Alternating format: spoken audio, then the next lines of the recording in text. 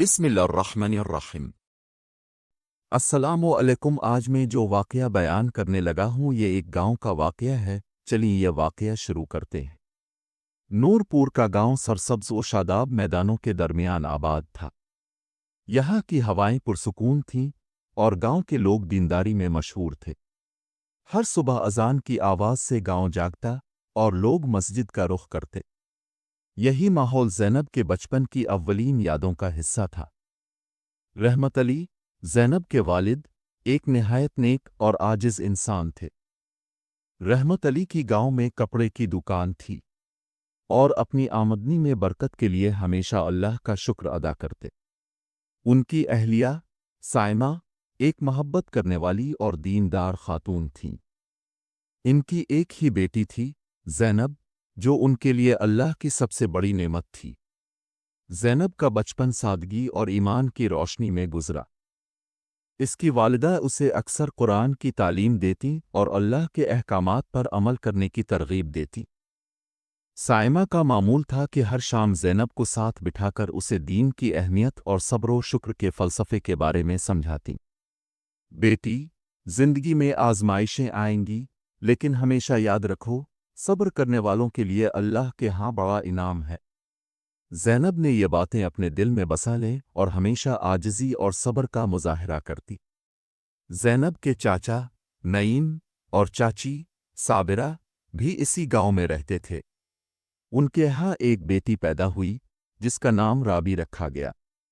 زینب اور رابی کی عمریں تقریباً برابر تھیں، اس لیے دونوں زیادہ تر وقت ساتھ گزارتی تھیں۔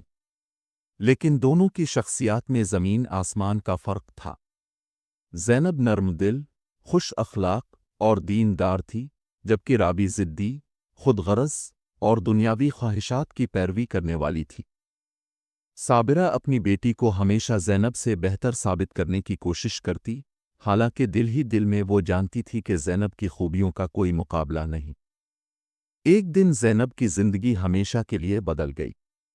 وہ دن اس کے لیے ایک المناک حادثہ لے کر آیا جب اس کے والدین ایک سفر کے دوران حادثے کا شکار ہو گئے اور دونوں موقع پر ہی وفات پا گئے۔ یہ خبر گاؤں میں جنگل کی آگ کی طرح پھیل گئی۔ زینب کے لیے یہ دنیا کا سب سے بڑا صدمہ تھا، لیکن وہ صبر کا دامن تھامے رہی۔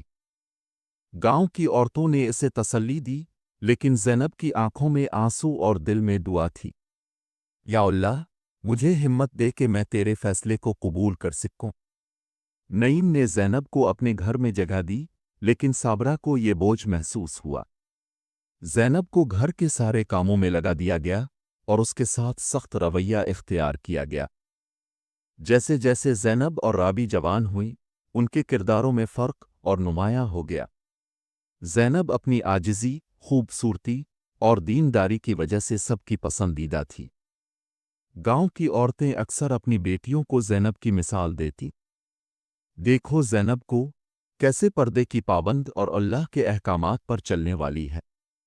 دوسری طرف رابی اپنی ماں کی باتوں میں رہ کر اپنی اہمیت جتانے کی کوشش کرتی۔ صابرہ نے ہمیشہ اپنی بیٹی کو یہ سکھایا کہ دنیاوی دولت اور ظاہری خوبصورتی ہی سب کچھ ہے، لیکن یہ بات زینب کے حسن اخلاق اور دینداری کے سامنے بے معنی تھی۔ جب فرحان کے گھر والے زینب کے رشتے کے لیے آئے تو گاؤں میں یہ خبر پھیل گئی۔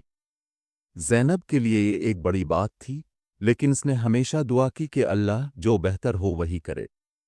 دوسری طرف صابرہ نے فوراً اپنی چالاکی سے فرحان کے دل میں زینب کے خلاف غلط فہمیاں پیدا کیں اور اپنی بیٹی رابی کی خوبصورتی کو بڑا چڑھا کر بیان کیا۔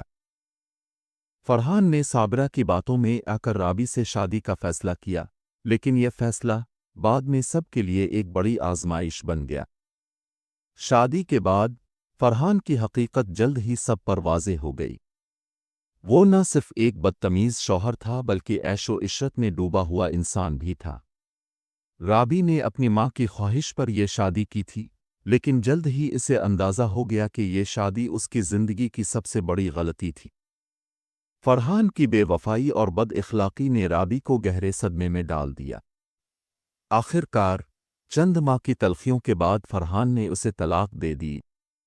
رابی اپنے والدین کے گھر واپس آ گئی، جہاں اس کی ماں خود کو اپنی سازشوں کا ذمہ دار سمجھنے لگی، اور زینب کے چاچا نے بھی اپنی بیوی کو کہا کہ تم نے زینب کے ساتھ انصاف نہیں کیا، تم نے اس کو بیٹی کے پیار سے محروم رکھا، جو پیار تم نے رابی کو دیا وہ تم نے زینب کو نہیں دیا۔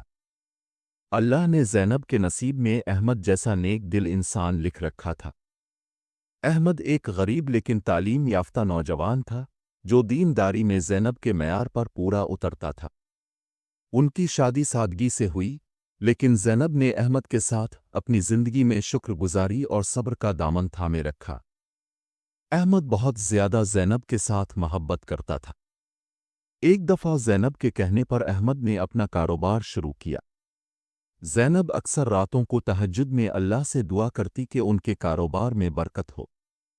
ان کی محنت اور اللہ پر یقین نے رنگ دکھایا اور وہ آہستہ آہستہ کامیاب ہونے لگے۔ جب رابی کی ناکامی اور زینب کی کامیابی سب کے سامنے آئی تو صابرہ کے دل میں پچھتاوا پیدا ہوا۔ اس نے سوچا کہ اگر اس نے زینب کے ساتھ انصاف کیا ہوتا تو آج حالات مختلف ہوتے۔ وہ اپنی سازشوں اور حسد کو اپنی سب سے بڑی غلطی سمجھنے لگی۔ ایک دن صابرہ ہمت کر کے زینب کے گھر گئی۔ اس نے زینب کے قدموں میں بیٹھ کر کہا، بیٹی، میں نے تمہارے ساتھ بہت برا کیا، لیکن تم نے ہمیشہ صبر کیا، مجھے معاف کر دو۔ زینب نے اسے اٹھایا اور مسکراتے ہوئے کہا، چاچی، اللہ معاف کرنے والوں کو پسند کرتا ہے، میں نے آپ کو دل سے معاف کیا۔ صابرہ کو اپنی غلطی کا احساس ہو گیا تھا۔ اس نے زینب سے بھی معافی مانگی اور وہ اب ایک نیک عورت بھی بن گئی۔ اس نے حسد وغیرہ چھوڑ دیا تھا اور اللہ کی عبادت اور نماز میں مشغول ہو گئی اور اپنی بیٹی کے لیے بھی دعا کرتی۔ اسی طرح رابی کو اس بات کا احساس ہو گیا کہ میں نے بھی اپنی کزن کے ساتھ غلط رویہ اختیار کیا ہوا تھا۔ رابی نے اللہ سے اپنی غلطیوں کی معافی مانگی اور وہ اللہ کی عبادت میں مشغول ہو گئی۔ وہ اپنی نماز اور قرآن پاک کی تلاوت روزانہ کرتی۔ کچھ عرصہ گزرا تو گاؤں کا ایک اچھا رشتہ رابی کے لیے بھی آ گیا اور دوبارہ رابی کی شادی اسی گاؤں میں ہو گئی اور وہ بھی اب ہنسی خوشی زندگی گزارنے لگی۔ اس کی ماں بھی بہت زیادہ خوش تھی اور وہ کہتی کہ میری ایک بیٹی نہیں، میری 2 بیٹیاں ہیں، ایک رابی اور دوسری زینب۔ زینب کی چاچی اور چاچا بھی اب بہت زیادہ پرسکون زندگی گزار رہے تھے کیونکہ ان کی بیٹی رابی بھی اپنے گھر میں خوش ہے اور زینب بھی اپنے گھر میں بہت زیادہ خوش ہے۔ اس واقعے سے ہمیں یہ سبق ملتا ہے کہ زینب کے صبر، شکر اور عاجزی کی زندگی نے سب کو یہ سکھایا کہ اللہ کے فیصلوں پر یقین رکھنے والے کبھی ناکام نہیں ہوتے۔ وہ اپنی دینداری اور حسن اخلاق کی وجہ سے دوسروں کے لیے مشعل راہ بن گئی۔ اگر میری آپ کو یہ ویڈیو پسند آئی ہے، اس کو لائک کریں، سبسکرائب کریں اور شیئر کریں۔ آپ کا بہت بہت شکریہ۔